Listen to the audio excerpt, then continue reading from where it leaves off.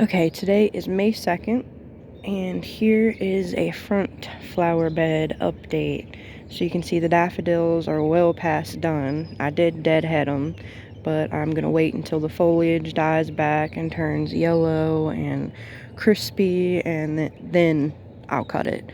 You want to let it stay green so that it can soak up enough energy from the sun to bloom next year. So that's why I left it there. I did pull out the two Black King pansy plants. It was too hot for them, so pulled those guys up. And then we have a little rose bush right there, another little rose bush. My poor coneflower. So this is one of my favorite colors of coneflower. It's like bright fluorescent pink. It's a hybrid. Can't remember what the name of it is, but it's so gorgeous, like a bright sunsetty tropical type pink. And the bugs are just decimating this plant.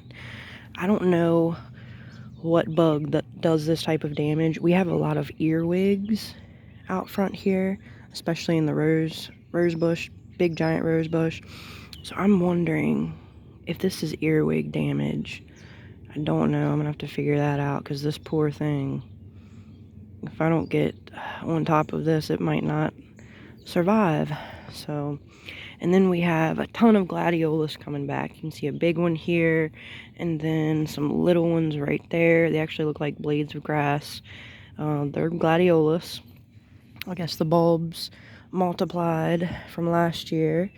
And then we have another poor plant. So this is the blanket flower that I was talking about in the last video. Really gorgeous plant. I love this. There's another bud coming.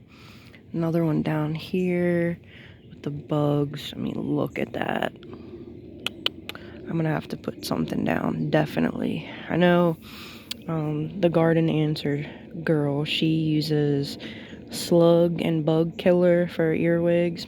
It's bait, so maybe I'll put some of that down and see how that does. Try it out. I do organic gardening. I try not to put like a bunch of harsh toxic chemicals that could possibly kill pollinators, the good bugs. So I always try to be really mindful about what I put in the garden and in the flowers. I'm gonna try pyrethrins. I've read a lot of good things about that, and also you apply it at night when the good pollinators are gone and then the bad ones come out. And I think its half-life, I think it's pretty much gone by the morning. So when the good pollinators come back out, it has already like pretty much dissolved. So might try that also. I don't know yet. It's very expensive. A little tiny bottle of it, pyrethrins, it's probably like 20 bucks. So I don't know. I'll have to figure that out. There's another gladiolus with a bunch of grass behind it. I'm gonna have to get that out. We have the daylilies here, and something that I just learned, and I'm so glad that I did. I have 3 cats, and apparently, well, not apparently, it's a fact. I have a stargazer lily in the corner, daylily here. Lilies are crazy toxic to cats. I mean, like, fatally toxic to cats. So I am so glad that I've never brung any of those in and like put them in a vase or anything. And a couple of my cats are known to like munch on my plants and stuff. So yeah, if you have cats and you have any type of lily, like even tulips and daffodils, like spring bulbs, a lot of them are crazy toxic to cats. So I'm so glad that I learned that. Even just the pollen, like the pollen from a stargazer lily, if they get a little bit of pollen on their fur and they lick it off, they could have kidney failure. Yeah, absolutely crazy. So glad I learned that. Then we have more daffodils that are dying back. Mystery plant, it's dying back. I guess it's not going to bloom. I don't know. I was looking forward to a nice little surprise, but I don't know. Look at all of the holes in the rose bush. This has to be earwigs, because that's the only bug that I ever see on this rose bush, and it's just peppered with holes. You can see all of those. You can see some nice rose buds. Love this rose bush. I don't know what variety it is. It's been in here for about 3 or 4 years. I got it when it was like little tiny thing, just in a container. It's probably like 6 inches tall. But check out how big it is. And it drives me nuts because for some reason I planted it to the side, and now we have that whole little opening right there, and it just drives me nuts. But maybe I'll stick another rose bush in there and let it get bushy and fill it in one day. Look at all the buds. Check it out. So gorgeous. And this whole bush will just be covered in red. It'll be bright pinkish red blooms everywhere.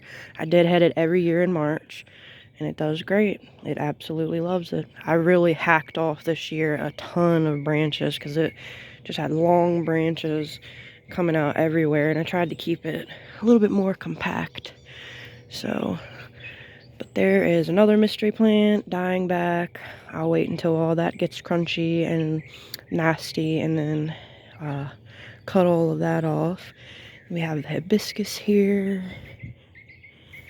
Let me see. Yeah, all of this is coming back nicely.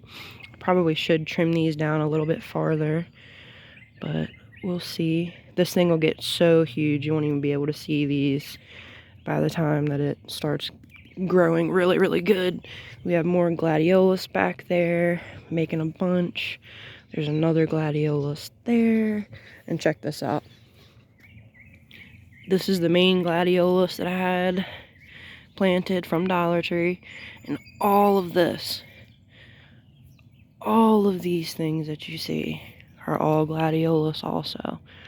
I don't know if these will bloom this year. I don't know anything about gladiolus. But we'll see.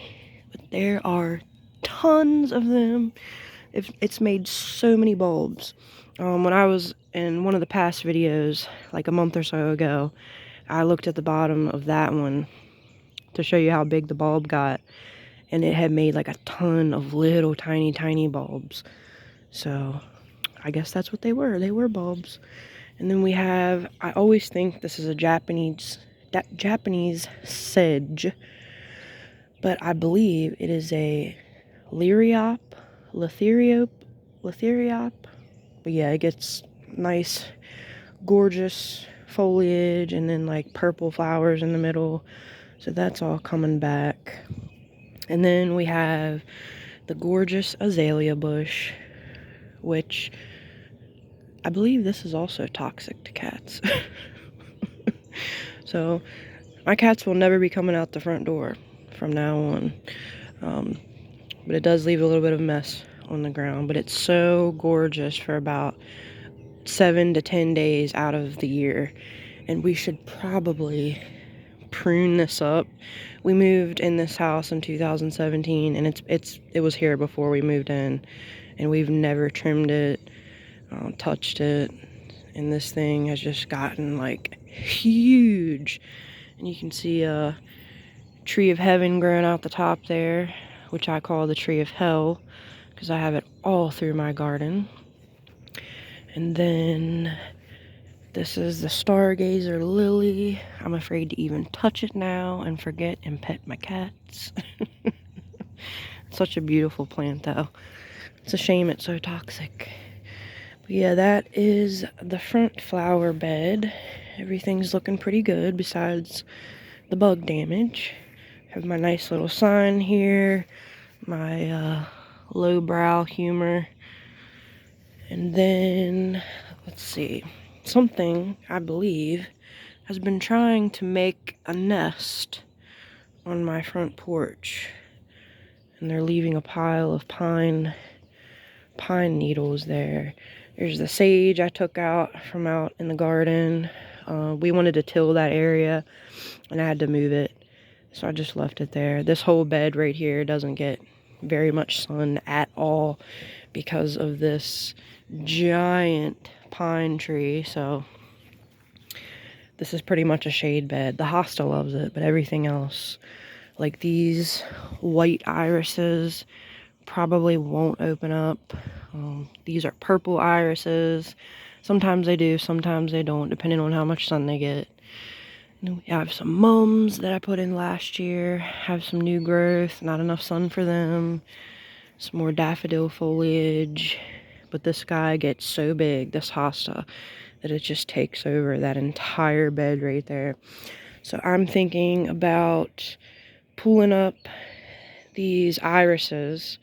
I do like I've kept them here because I do like the green, the leafy growth that they get. It is still pretty, but I think I might just fill this up with hostas, unless I find another shade-loving perennial that looks better.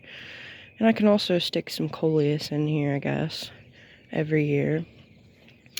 But I'm going to put, on the front porch here, I'm going to put 2 pots flanking the doorway of coleus.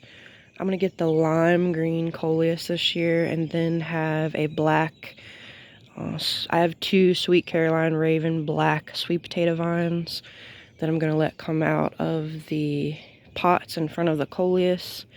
And this is a perfect right here with the shade and everything. Gets a little bit of morning sun, and then the rest of the day it's shade. So that is like perfect for coleus or any type of shady annual. So that'll work out good. But I'll do another update when we start to see a little bit more blooms and when I put some flowers out front.